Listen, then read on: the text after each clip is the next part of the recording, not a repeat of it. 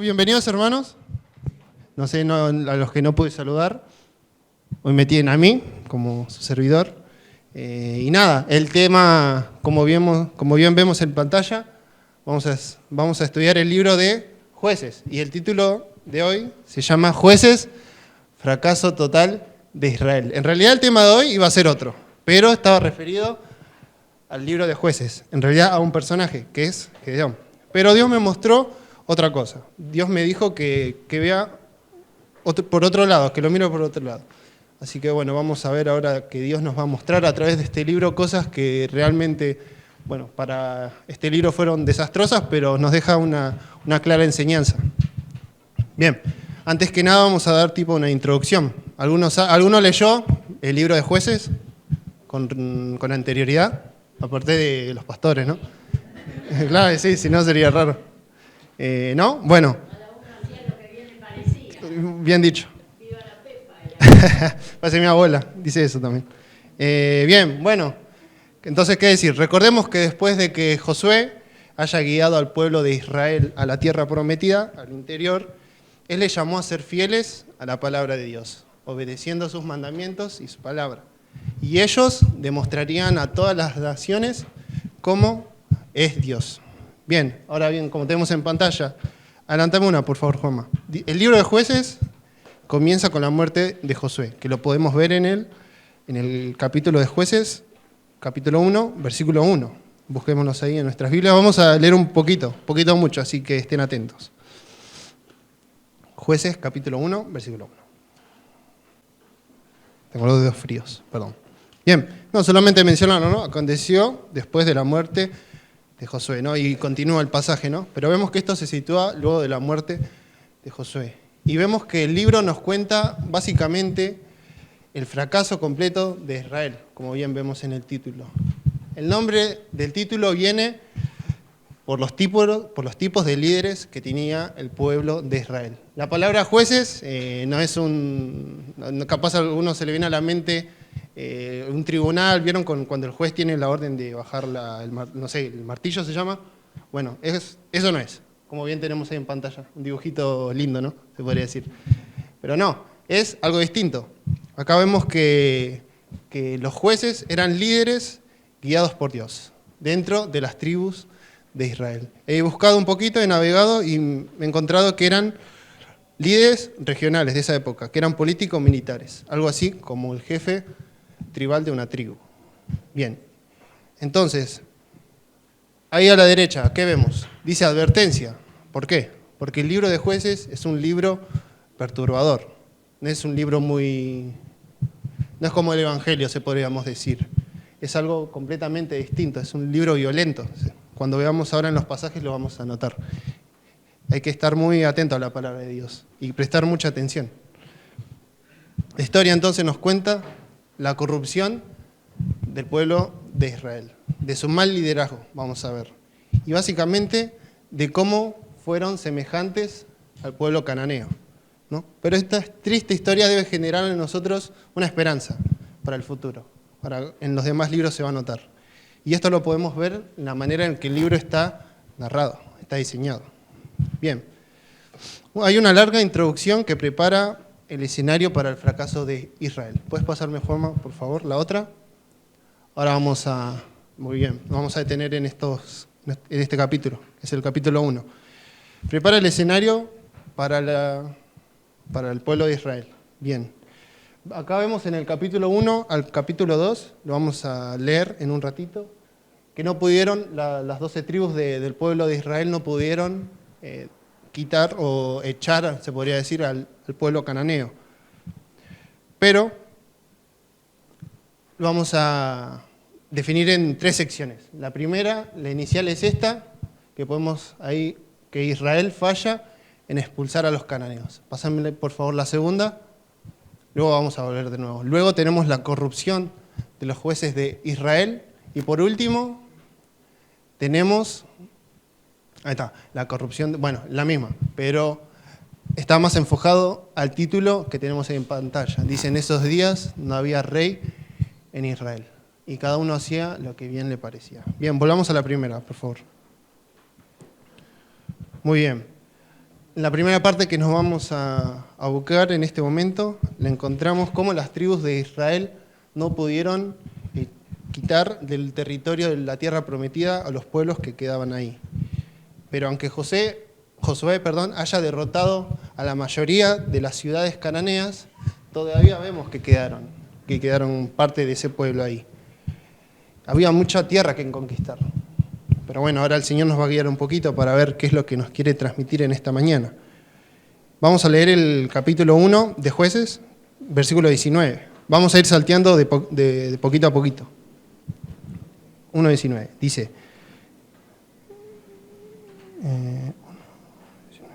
acá está. Y Jehová estaba con Judá, quien arrojó a los de las montañas, mas no pudo arrojar a los que habitan en los llanos, los cuales tenían carros errados. Y dijeron Hebrón a Caleb, como Moisés había dicho, y él arrojó de allí a los 3 hijos de Anac. Mas el jebuseo que habitaba en Jerusalén no lo arrojaron los hijos de Benjamín, y el jebuseo habitó con los hijos de Benjamín en Jerusalén hasta hoy. Bien, hasta aquí nomás con la palabra de Dios. Luego podemos ver, siguiendo hasta el 36, una larga lista de cómo el pueblo de Israel no pudo, la gran mayoría no pudo despojar a los pueblos que se encontraban ahí. ¿Y qué quiere decir esto? ¿Qué piensan? ¿Por qué no se pudo? ¿Cuál era el plan divino de Dios? Ahí vamos a hacer algo distinto. ¿Qué piensan ustedes? Ya que es una clase, los alumnos deben contestar, ¿no? ¿Qué piensan? ¿Cuál era el objetivo de expulsar al pueblo cananeo, del pueblo de Israel? Sacar a los enemigos del pueblo. Bueno, también, pero otra más allá.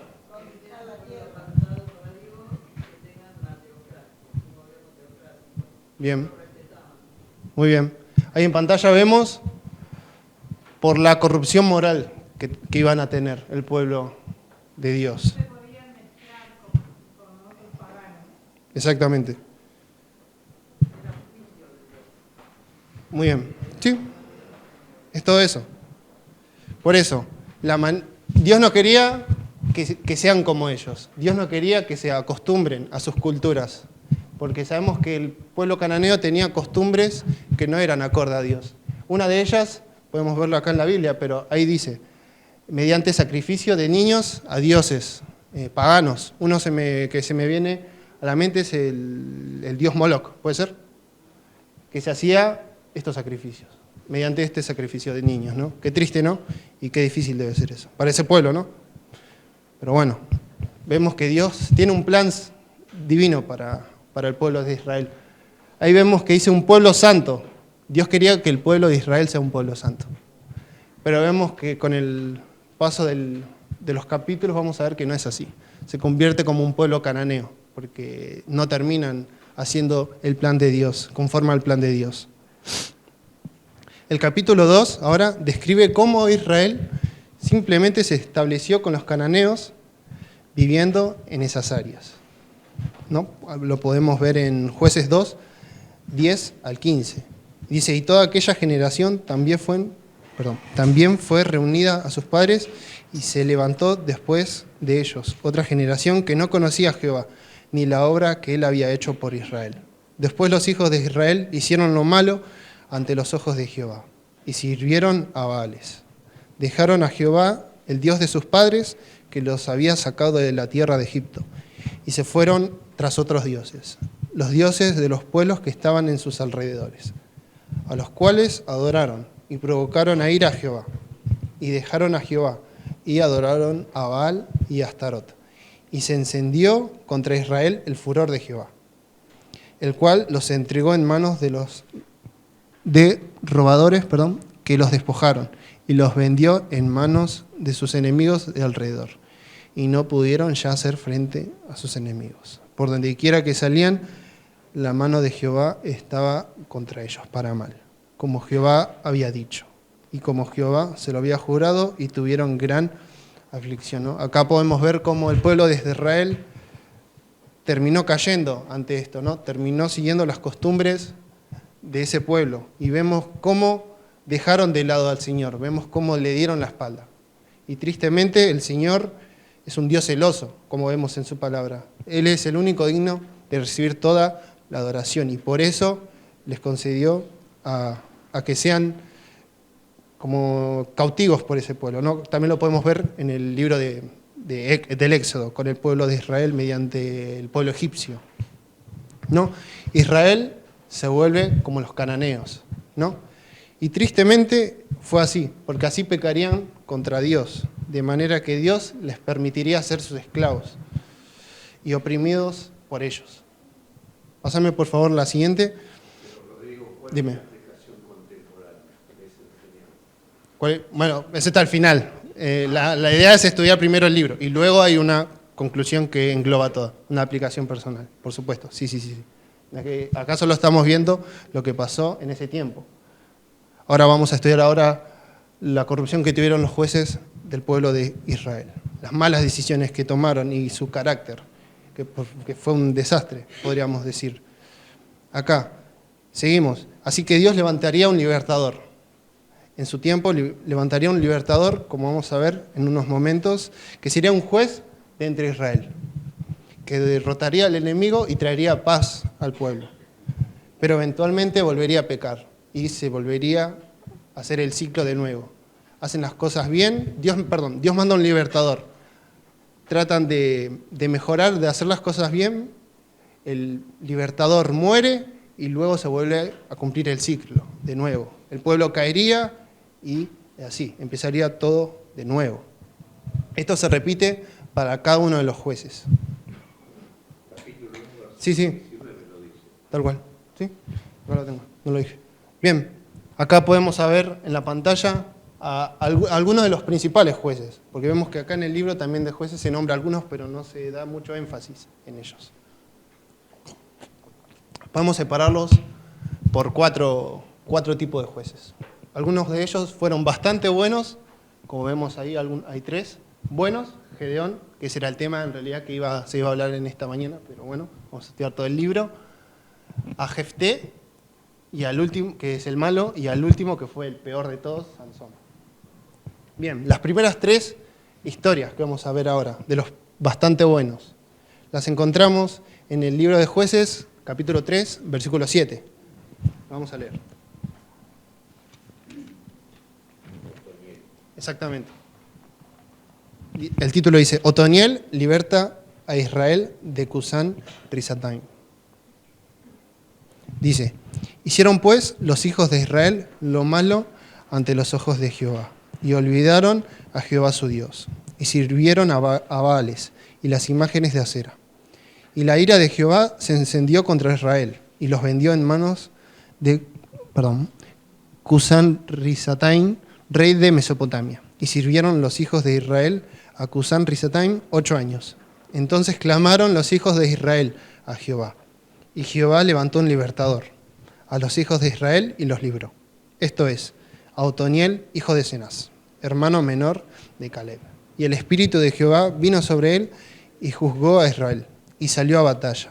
Y Jehová entregó en su mano a Cusán Risataim, rey de Siria, y prevaleció su mano contra Cusán Risataim. Y reposó la tierra 40 años. Murió Otoniel, hijo de Cenaz. Acá como volvemos a repetir, ¿no? Con todos los jueces vamos a encontrar que al principio el pueblo de Israel, sus hijos, hicieron lo malo ante los ojos de Jehová. Eso lo vamos a encontrar en todos. Ahora en el final hay una aplicación o una reflexión sobre esto, por qué pasa esto. Pero como vemos, Dios siempre escucha el clamor de su pueblo y envía un libertador. El segundo, vemos a Og. Vamos a leer los 3 primeros porque son los que más se destacaron, porque fueron los que hicieron bastante bien la tarea. A Og, Jueces 3, 12. No vamos a leer todos, pero todo el pasaje, pero vamos a detenernos en ciertas partes. Dice, bueno, escuchen, el 12. Volvieron los hijos de Israel a hacer lo malo ante los ojos de Jehová. Qué triste, ¿no? Y Jehová fortaleció a Eglón, rey de Moab, contra Israel, por cuanto habían hecho lo malo ante los ojos de Jehová. juntó consigo a los hijos de Amón y de Amalec, y vino e hirió a Israel, y tomó la ciudad de las palmeras. Y sirvieron los hijos de Israel a Eglón, rey de los moabitas, 18 años. Y clamaron los hijos de Israel a Jehová, y Jehová les levantó un libertador. A Od, hijo de Gera, benjamita, el cual era zurdo, y los hijos de Israel enviaron con él un presente a Eglón, rey de Moab.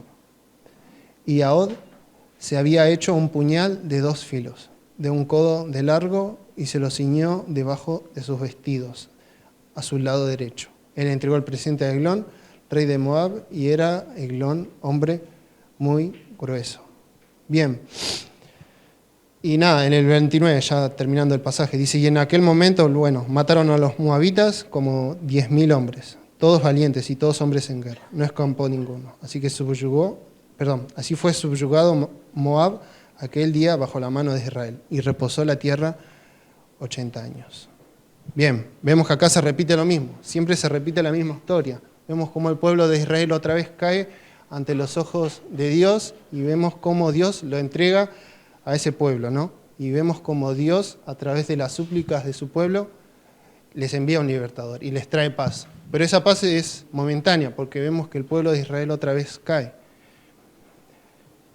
Ahora vamos a encontrarnos con el siguiente juez, que es Débora.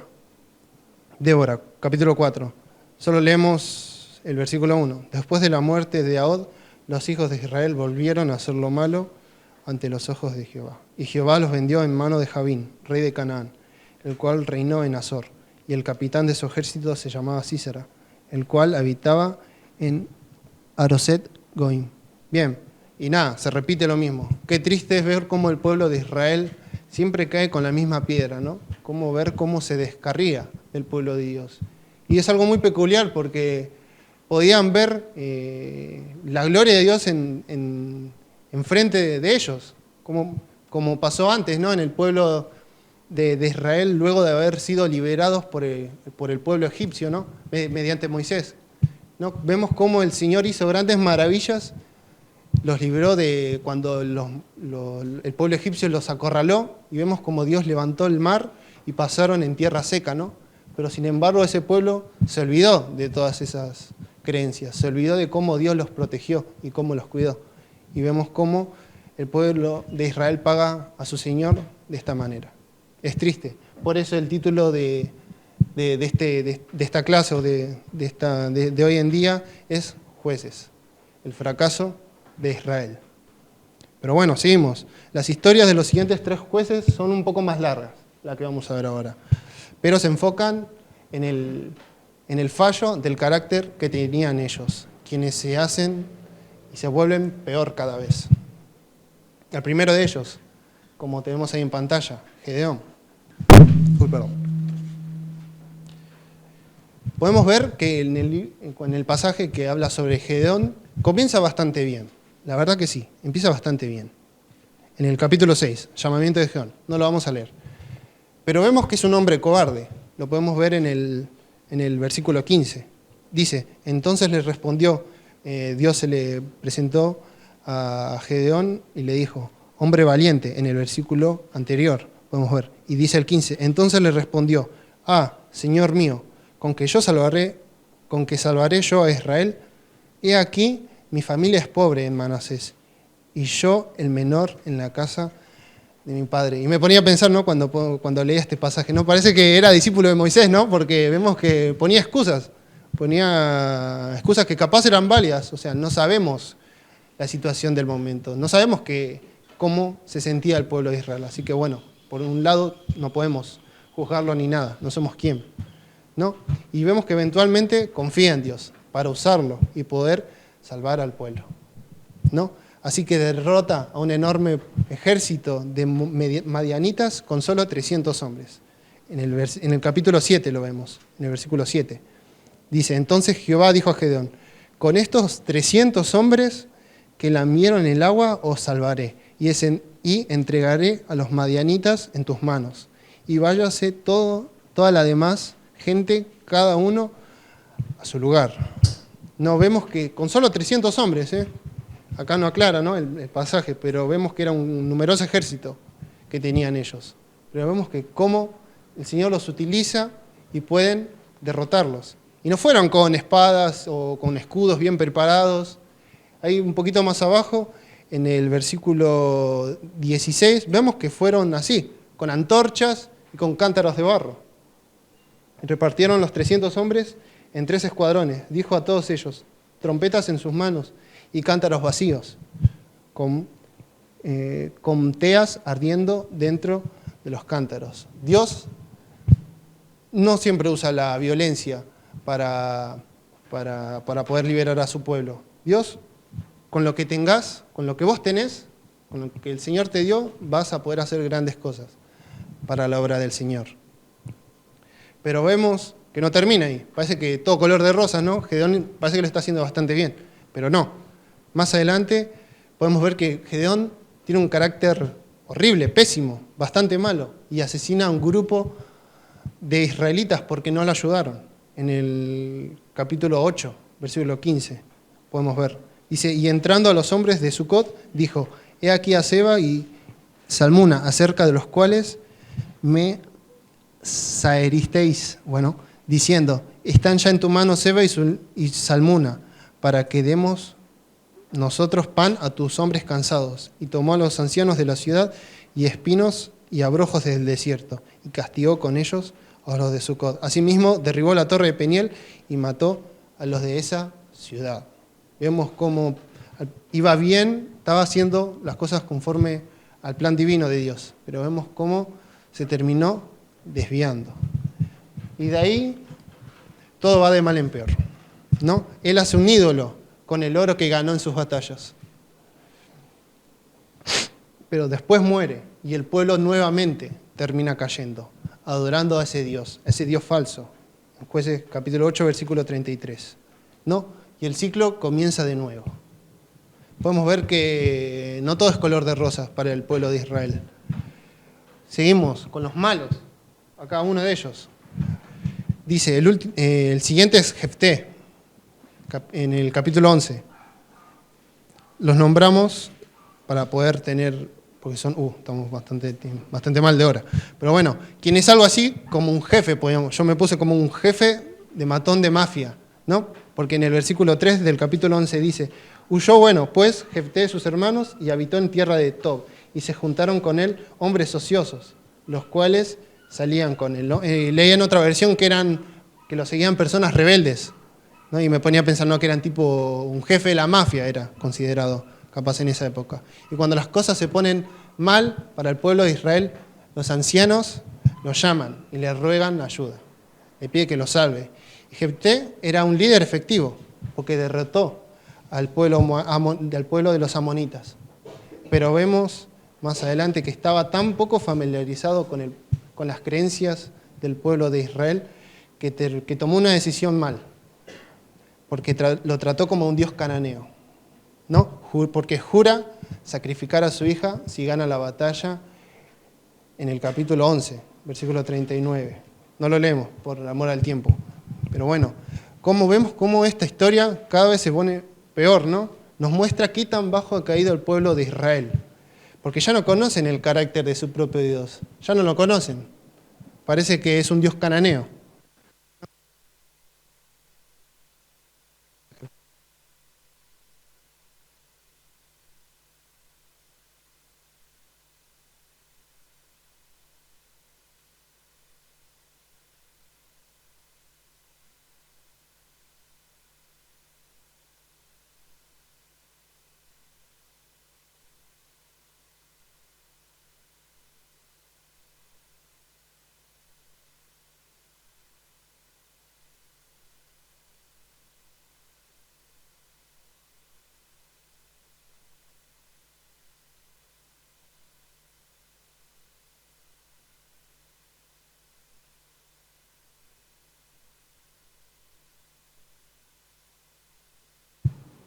A ver, hacía falso contacto.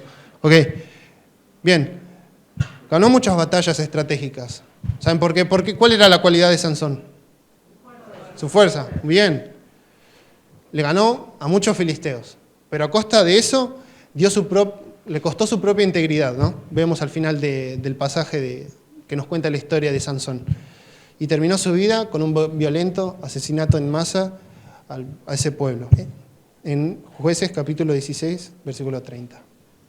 Pero vemos que se repite algo, hay como algo que destaca de todo esto. Porque en momentos claves el Espíritu de Dios ayuda a cada uno de estos jueces para lograr grandes actos de liberación. Bueno, como todos conocemos la historia de Sansón, ¿no? Pero ahora el hecho de que Dios use a estas personas no significa que esté de acuerdo a las decisiones que toma. No las valida todas. El primero y principal compromiso de Dios es salvar a su pueblo, como bien vemos.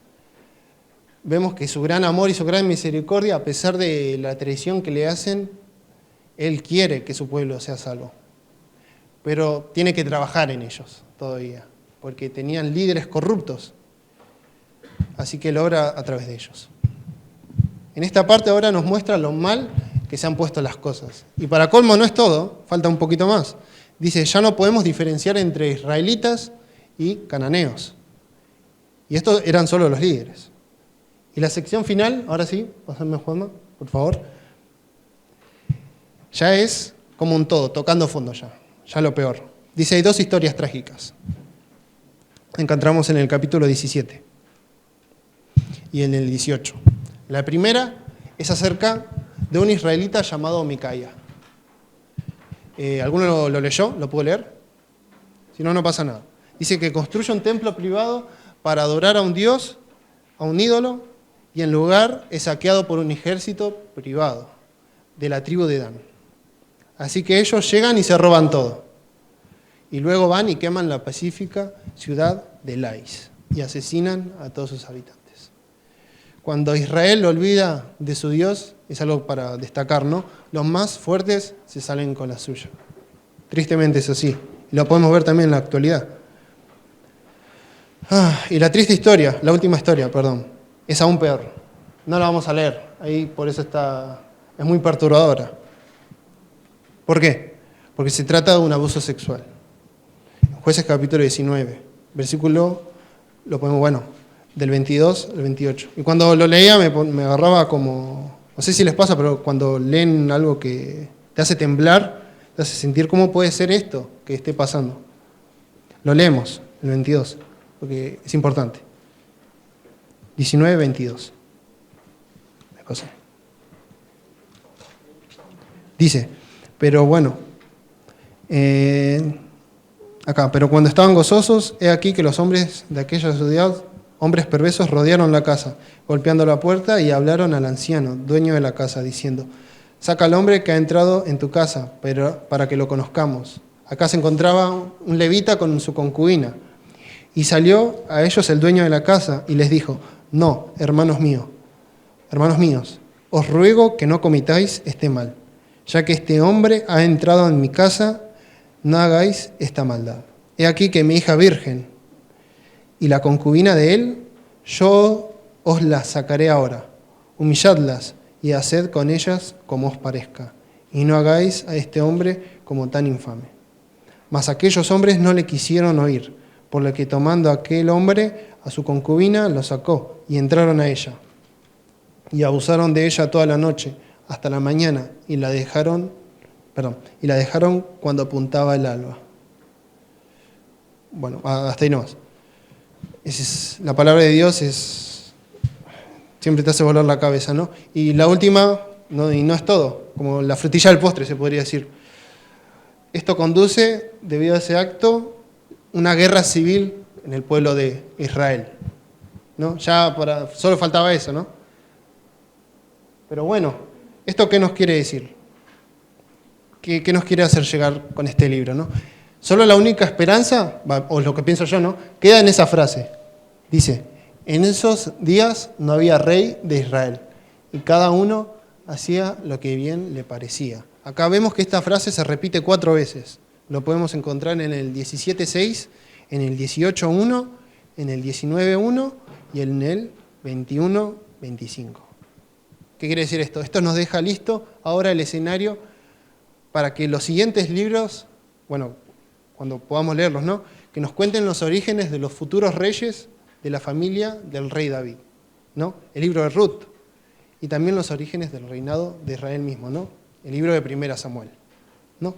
Pero la historia de los jueces tiene como valor una tragedia, es como una novela pero trágica, ¿no? Nos muestra la condición humana y al final apunta a la necesidad de la gracia de Dios, lo cual enviando a un rey va a rescatar a su pueblo, lo cual leemos más adelante, si continuamos.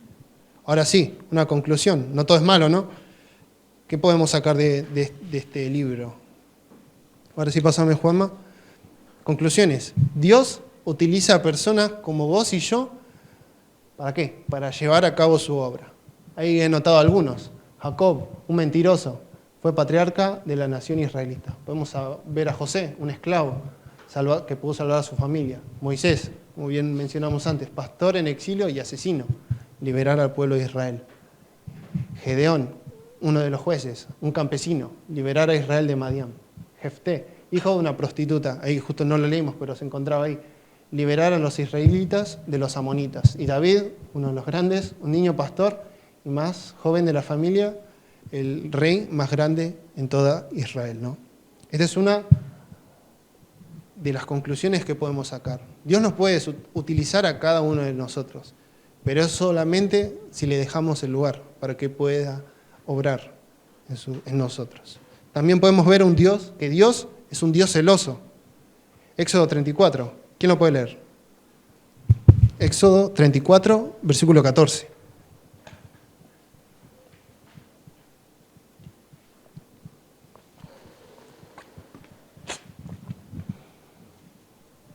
Quien lo tenga, es libre.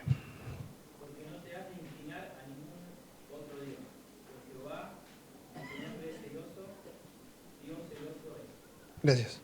¿No? Que más claro imposible, ¿no? El único digno de recibir nuestra adoración, el único digno de recibir la adoración es Dios. La única manera de que nosotros podamos adorar a alguien es a nuestro Dios. ¿Saben por qué? ¿Por qué adoramos a Dios? Saben que Dios es muy tolerante con nosotros, es muy compasivo. En los libros del Antiguo Testamento podemos ver cómo el pueblo se comportó de esa manera con ellos. ¿Por qué? Porque vemos que lo iban a traicionar, que le iban a dar la espalda, ¿no? Y Dios, en su gran amor, es tardo para la ira, en unos pasajes, dice, ¿no? Que bien lo tenemos ahora para leer. Pero Dios siempre nos da su gracia a través de ella y puede perdonarnos. Y nos da una nueva oportunidad. Dios siempre escucha a su pueblo. Un siguiente ítem. 1 Juan 5. Lo leo yo. Dice: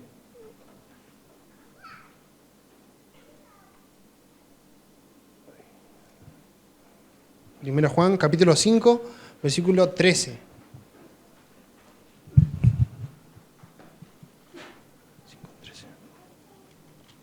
Dice: estas cosas os he escrito a vosotros, que creéis en el nombre del Hijo de Dios, para que sepáis que tenéis vida eterna, y para que creáis en el nombre del Hijo de Dios. Y esta es la confianza que tenemos en Él, que si pedimos alguna cosa conforme a su voluntad, Él nos oye. Y si sabemos que Él nos oye, en cualquier cosa que pidamos, sabemos que tenemos las peticiones que le hayamos hecho, ¿no? Dios siempre escucha el clamor de su pueblo, Dios siempre escucha a sus hijos y siempre presta su oído para ello, ¿no? Y podemos estar confiados y seguros que su palabra nos lo aclara, ¿no? Que Él siempre nos escucha y nos responde mediante a su tiempo. Nosotros a veces queremos todo rápido, ¿no? Queremos que suceda ahora, no somos pacientes, pero no. Dios nos dice que esperemos a su tiempo. ¿Por qué? Porque Dios, todo lo que viene de Dios, como dice su palabra, es agradable, bueno y perfecto, ¿no? Por eso podemos estar seguros que el plan de Dios es maravilloso y podemos estar confiados que todo va a salir bien y podemos tener la victoria. La siguiente conclusión. La gracia de Dios es inagotable. Hebreos 4, capítulo 16. algunas conclusiones, ¿no? No, en realidad el libro es para sacar un montón, pero algunas, las que más me llamaron la atención. Hebreos, capítulo 4. Por supuesto. 4, 16. Acerquémonos, pues, confiadamente al trono de la gracia, para alcanzar misericordia y hallar gracia para el oportuno socorro. Gracias, gracias Blanca. Y Efesios capítulo 2 leemos. Dice, Efesios capítulo 2. Y Él os dio vida a vosotros, cuando estabais muertos en vuestros delitos y pecados, en los cuales anduvisteis en otro tiempo, siendo la corriente de este mundo, conforme al príncipe de la potestad del aire, el espíritu que ahora opera en los hijos de desobediencia, entre los cuales también todos nosotros vivimos en otro tiempo, en los deseos de nuestra carne, haciendo la voluntad de la carne y de los pensamientos. Y éramos por naturaleza hijos de ira, mismo que los demás. Pero Dios, aclara, ¿no?, que es rico en misericordia por su gran amor que nos amó, bueno, aún estando muertos en pecados, nos dio vida juntamente con Cristo, ¿no? Vemos como el capítulo 4 hace énfasis en esa palabra, ¿no? Es rico en misericordia. Dios siempre nos va a tender la mano para que podamos otra vez volver al camino.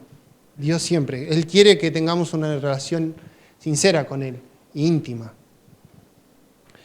Pero no todo es ahí. Busquemos Gálatas 6:7. ¿Por qué? Porque tampoco se puede jugar con Dios. Dios no es alguien para poder jugar. Gálatas capítulo 6, versículo 7. Dice,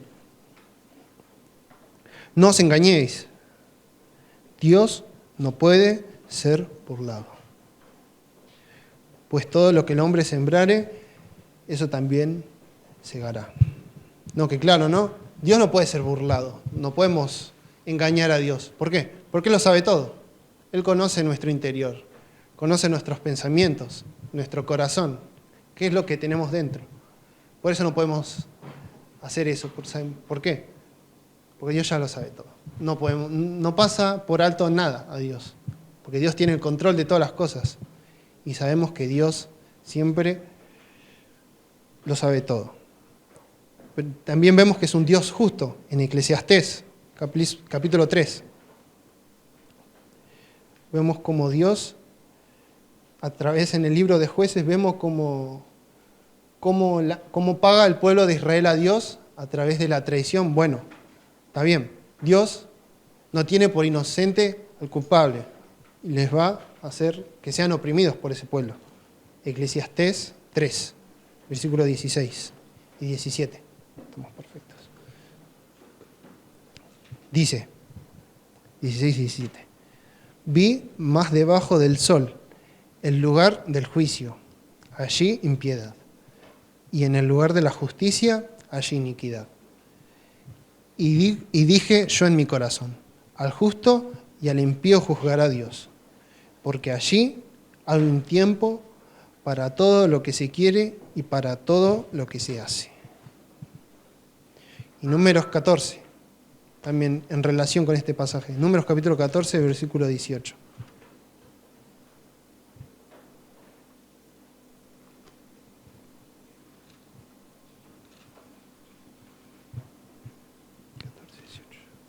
Dice, Jehová, tardo para la ira y grande en misericordia, que perdona la iniquidad y la rebelión. Pero presten atención, dice, aunque de ningún modo tendrá por inocente al culpable, que visita la maldad de los padres sobre los hijos, bueno, hasta los terceros y hasta los cuartos, ¿no? Vemos cómo Dios siempre muestra justicia para el pueblo de Israel. Dios le da, como decía el pasaje anterior, ¿no? Lo que el hombre sembrare, eso también, cosechare, perdón, eso también segará, ¿no? Y vemos cómo Dios no va a ser oídos sordos, no se va a tapar los ojos y va a dejar de lado eso, sino que va a obrar su justicia sobre ese hijo o esa hija que esté haciendo las cosas mal. ¿Por qué? Porque Dios es justo y para todos. No hay excepción de personas. Nadie se puede salvar de eso. Y como último, ¿no? Dios envía a un libertador, ¿no? Dios envió a varios libertadores en el libro de Jueces, ¿no? Personas que pudieran librar para que dejen de ser oprimidos por ese pueblo. Pero más adelante, en los evangelios, vemos que envía a un libertador, pero no cualquier libertador. Vemos que envía a un libertador que no pecó nunca. Vemos a un libertador que no se equivocó, que hizo las cosas conforme al plan de Dios. ¿Y saben qué? Que está grabando capaz en YouTube va a salir, ¿no? Y esa persona, Dios, es Dios hecho carne, es Jesús, ¿no? Y capaz piensen que en ese tiempo no haya mucha diferencia. ¿Por qué? Capaz se adoraba a dioses, pero ahora también se hace, pero engañados ahora son. Ahora adoran por ejemplo, a uno de esos dioses, ¿no? Adoran a la pornografía, adoran al sexo, al alcohol. Esos son dioses también, en cierto modo, ¿no? Porque uno lo sigue y como no lo quiere soltar, le rinde todo a eso. Pero no, Dios envía a alguien, alguien que los libere de la esclavitud del pecado. Y Dios quiere que podamos ser libres y podamos disfrutar de una buena comunión con Él, ¿no? ¿Pero qué? La decisión no queda ahí. Está bien. Ahora la decisión es de cada uno de nosotros, si decidimos aceptar a nuestro Señor como Salvador. Ese es el mensaje primordial de todo esto. Porque Dios envía a un libertador supremo, alguien que no pecó nunca. Lo podemos ver en Isaías 53, ¿no? Y hay un pasaje muy hermoso que siempre me hace tocar en mi corazón, ¿no? Dice Isaías 53, busquemos. Algo muy impresionante del Señor. Dice, acá, dice, todos nosotros nos descarriamos como ovejas, cada cual se apartó por su camino. Bueno, mas Jehová cargó en él el pecado de todos. Y el versículo 7, que es muy hermoso, y siempre me toca, dice, angustiado él y afligido, no abrió su boca, como cordero fue llevado al matadero. Y como oveja, delante de sus trasquiladores, enmudeció y no abrió su boca. No, qué hermoso, ¿no? Qué hermoso que el Señor haya dado su vida por cada uno de nosotros, ¿no? A la mañana en la cena del Señor, Leonel tocaba un pasaje muy hermoso, ¿no? De que como una persona delincuente, un malhechor, un violador se podría tratar, ¿no? La persona más vil de todas pudo obtener la salvación, ¿no? Y qué hermoso saber que el Señor murió por él y también murió por cada uno de nosotros. Vamos a orar, ¿qué les parece? ¿Sí? Señor, cuántas gracias te damos, Padre, porque a través del libro de Jueces nos muestra que bueno, el hombre se equivoca, el hombre comete errores, pero sabemos que tu amor y tu misericordia es tan grande que no podemos compararlos con nada, Señor. Obtenemos tu perdón, Señor, y que es lo más hermoso, porque sabemos que somos débiles y que muchas veces flaqueamos, Señor. Pero esa no es excusa para continuar en eso, sino poder mejorar y ser como el Señor Jesús, Señor, porque Él es nuestro mayor ejemplo y es nuestro libertador, Señor.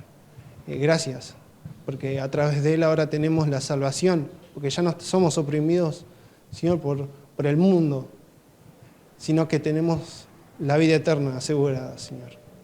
Gracias, Padre, porque te debemos tanto, Señor, y no sabemos con qué pagarte. Señor, solo podemos darte nuestros corazones, Señor, y nuestras vidas consagradas a ti. Señor, ¿qué es lo que vos querés, Señor? Padre, ayúdanos a que en esta mañana que hemos estudiado podamos llegar a nuestras casas y tomar capaz esa decisión que todavía no la hicimos, ¿no? Capaz haya personas que no te conocen en el local, ¿no? Y queremos que esa persona te pueda conocer, Señor, y que pueda tomar la decisión más grande en su vida, Señor, que es obtener la salvación a través del Señor Jesús, que pueda tenerlo a Él. Padre, Señor, gracias por este tiempo. Gracias porque disfrutamos la comunión con los hermanos y también la comunión contigo. Gracias porque podemos tener el privilegio, Señor, y el gran honor de abrir tu palabra, Señor. Gracias. Padre, te lo dejamos todo en tus manos. En nombre de Señor Jesús. Amén.